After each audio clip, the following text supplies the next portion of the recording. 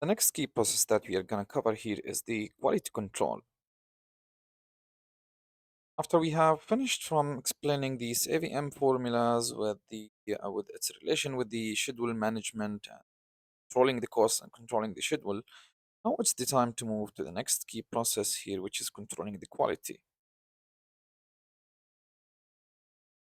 The quality control process is critical for ensuring that the project deliverables meet the predefined requirements and standards. Unlike the quality assurance, which focuses on the processes used to deliver the outcomes, quality control is about evaluating the deliverables themselves and making sure that they meet the project or predefined requirements and standards. Also, to ensure that the project deliverables aligns with the quality assurance for the continuous improvement. Here we have a high level of these key ITTOs that we are gonna, let's say, explain in the next session in more in depth. But these ITTOs for the quality control provides the framework for monitoring and measuring the project outcomes. These inputs like the quality management plan, which we created during the planning phase, where we have gathered all of the quality requirements from the stakeholders. Also, these metrics that guide the evaluation process. While tools like the inspection ensures that the deliverables are assessed thoroughly every time, and the outputs like the verified deliverables to confirm that the quality standards have been met. We're gonna explain this in the next session in more in depth, just to ensure that we understand all of these inputs, tools, and techniques and outputs of the quality control.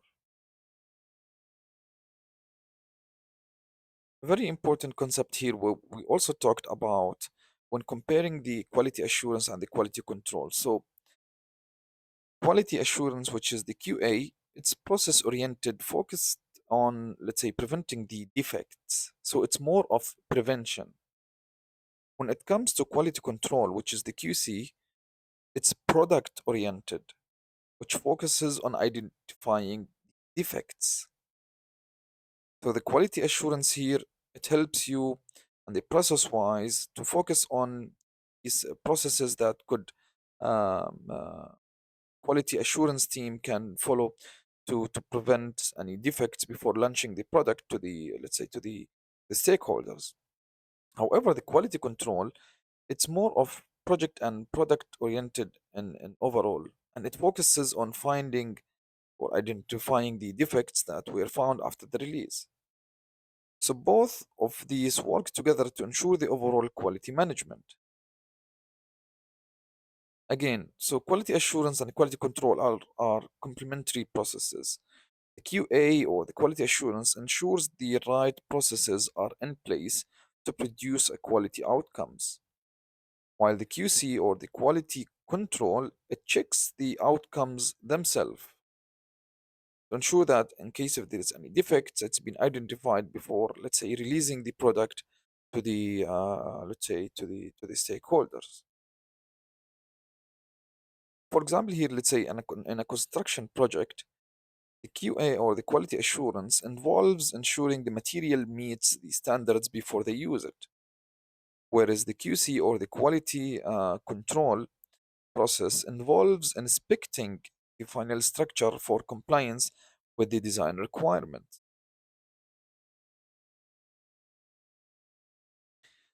Now let's talk about inspection as one of these key tools or key, let's say, techniques in quality control. Inspection is a cornerstone of quality control process. Techniques such as a visual inspection and dimensional measurement and statistical sampling help you identify the defects early. So these inspections that you conduct throughout the quality control process when the project being executed, these inspection help you identify the defects to ensure the compliance before they arrive to the stakeholders. Inspection can be performed at various stages of the project, whether it's an execution phase, whether it's on the controlling and monitoring phase. So it's an ongoing process.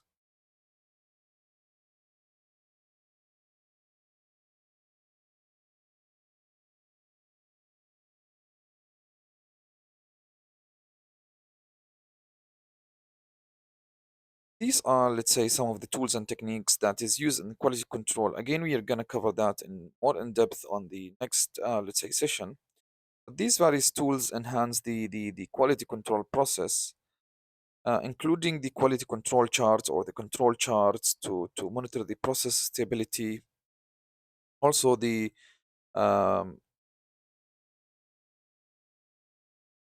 Pareto diagrams to identify the major sources of defects, as well as the fishbone diagrams to analyze the root causes of these quality issues.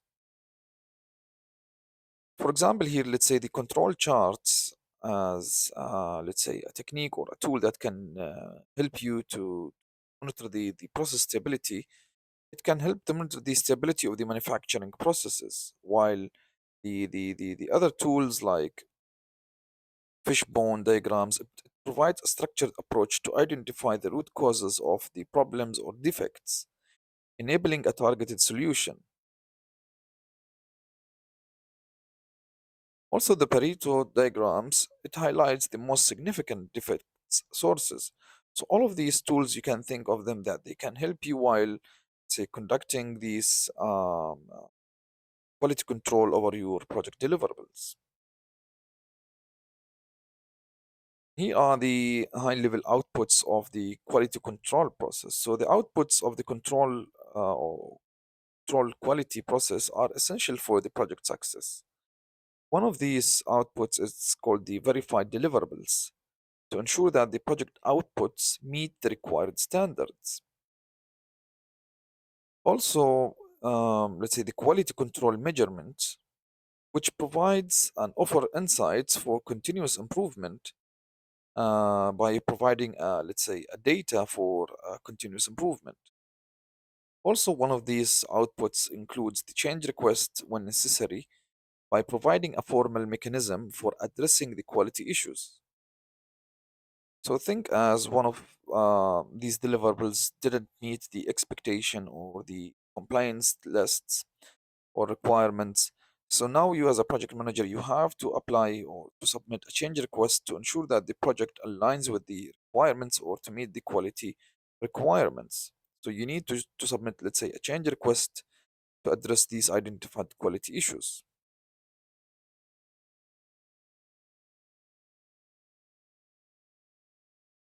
What is the role of the work performance data in quality control? Remember when we talked about the performance data, which plays a critical role on the quality control process by offering a real time insight onto the project performance.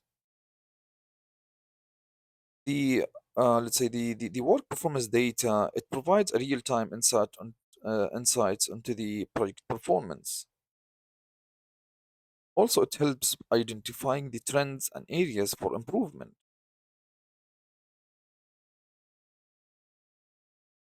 as well as it informs the decision making for the quality management. So think of the quality number of defects, the number of, let's say, errors, or the number of process issues that were identified as part of the work performance data when you were monitoring the quality. So all of these data or all of these work performance data that is related to the quality control, it can help you as a project manager to identify these trends and the areas that is required for the improvements.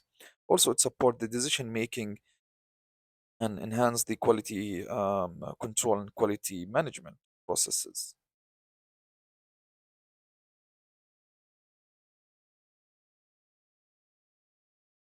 There's an important concept here we have is the continuous improvement in quality control. Continuous improvement at the heart of effective quality control.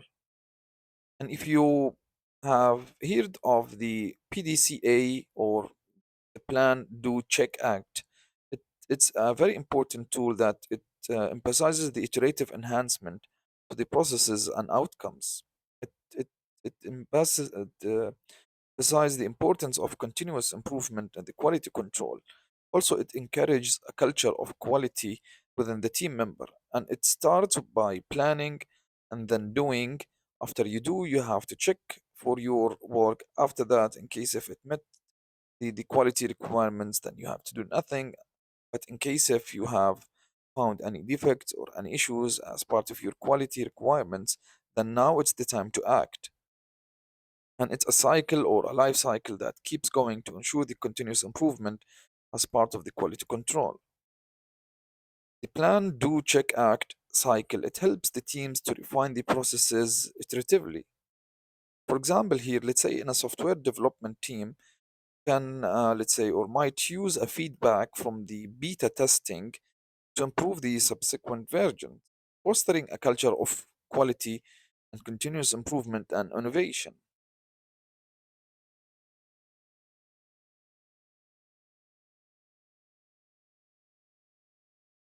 Here is a real world application of the quality control. We have an aerospace manufacturing as a case study.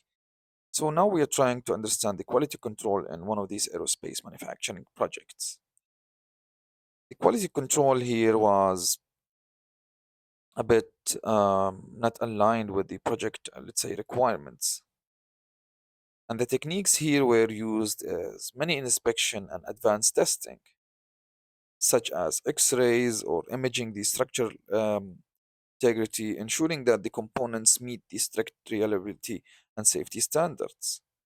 By following these, let's say, continuous inspection and advanced testing to enhance the quality control at the aerospace manufacturing project by utilizing the X-ray and imaging and structural integrity, it ensures that the components meet the strict, let's say, safety standards. And this approach has significantly reduced the defects and improved the customer satisfaction.